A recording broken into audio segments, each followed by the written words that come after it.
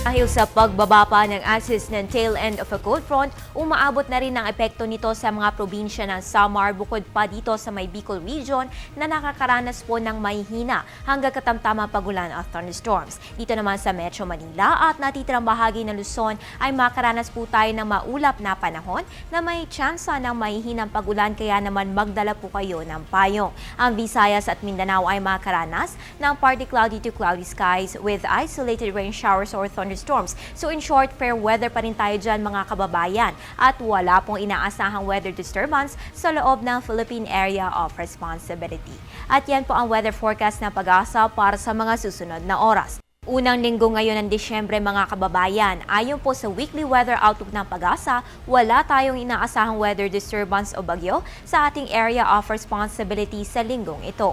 Pero noong nakaraang taon, hinagupit ang ating bansa ni Typhoon Bopha o Bagyong Pablo. December 2 pumasok ng Par naturang bagyo. December 3 kumilos ito papalapit sa may Surigao del Sur.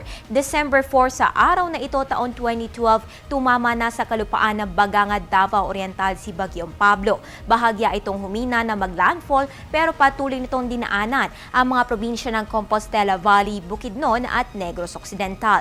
December 5 patuloy po ang paghina nito habang binabagtas ang direksyon patungo Northern Palawan. December 6 at 7 humina pa rin na bagyo at bahagyang bumilis ang pagkilos papalayo ng ating bansa. Ngunit December 8 ay nag-recurve ang bagyo although na-downgrade ito from typhoon category sa pagiging isang tropical storm at nagbanta nga itong si Pablo sa mga probinsya ng Ilocos at La Union. At by December 9 ay humina pa ito sa pagiging isang tropical depression category hanggang sa naging isang low pressure area na lamang habang papalapit dito sa may Ilocos Norte.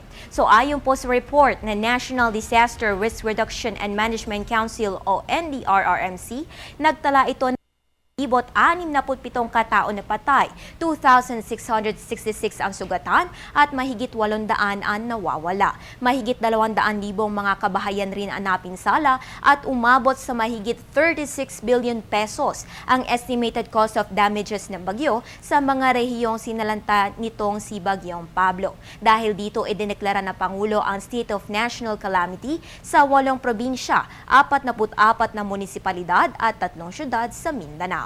At dahil nga sa lawak na pinsala nito at sanhipa na pagkamatay ng maraming tao, inalis na ng Pag-asa ang Pablo mula sa listahan nito ng mga pangalan ng bagyo. At yan ang dagdag kaalamang hatid sa inyo ng Panahon TV kung saan walang pinipiling panahon ang pagbibigay impormasyon. Para naman bukas, Huwebes, December 5, sisikat ang araw 8 minuto makalipas ng alas 6 na umaga at lulubog naman 5:25 ng hapon. Maging una sa ulat panahon, please follow us on Twitter, like us on Facebook at bisitahin ang aming website.